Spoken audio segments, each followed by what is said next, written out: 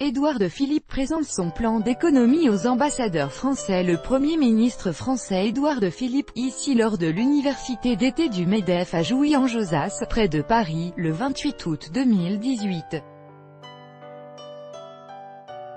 Reuters, Benoît Tessier. Les diplomates français vont devoir se serrer la ceinture. Ce mardi 28 août au matin, Édouard Philippe s'exprimait devant les ambassadeurs français réunis à Paris pour leur conférence annuelle. S'il a vanté les ambitions et la « belle tradition » de la diplomatie française, le Premier ministre a surtout annoncé un plan d'économie, qui s'inscrit dans la vaste réforme de la fonction publique déjà engagée.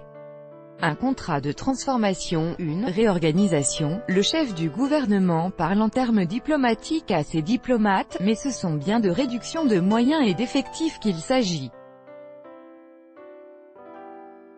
Les économies devront s'élever à 10% de la masse salariale d'ici 2022, soit environ 110 millions d'euros, exige Édouard Philippe, qui assure qu'avec une meilleure organisation, on peut y parvenir sans remettre en cause ni les missions ni les conditions de travail. Les ambassadeurs seront dorénavant directement responsables des moyens de leur service. Ils seront même jugés sur leur capacité à bien évaluer les moyens en fonction des fins, avertit le Premier ministre. Chaque ambassadeur devra d'ailleurs proposer, dès cette année, des évolutions de dimensionnement et de composition de ses services. Mise en commun des moyens. Édouard Philippe suggère ainsi de mieux mettre en commun certains moyens au sein des ambassades comme les véhicules.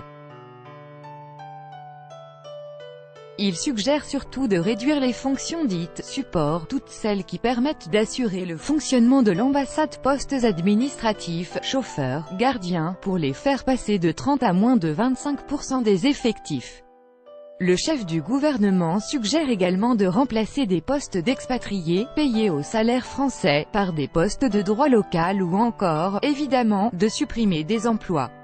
Aujourd'hui, la France dispose de 20 000 agents dans ses ambassades. À relire politique française, Emmanuel Macron veut garder le cap des réformes.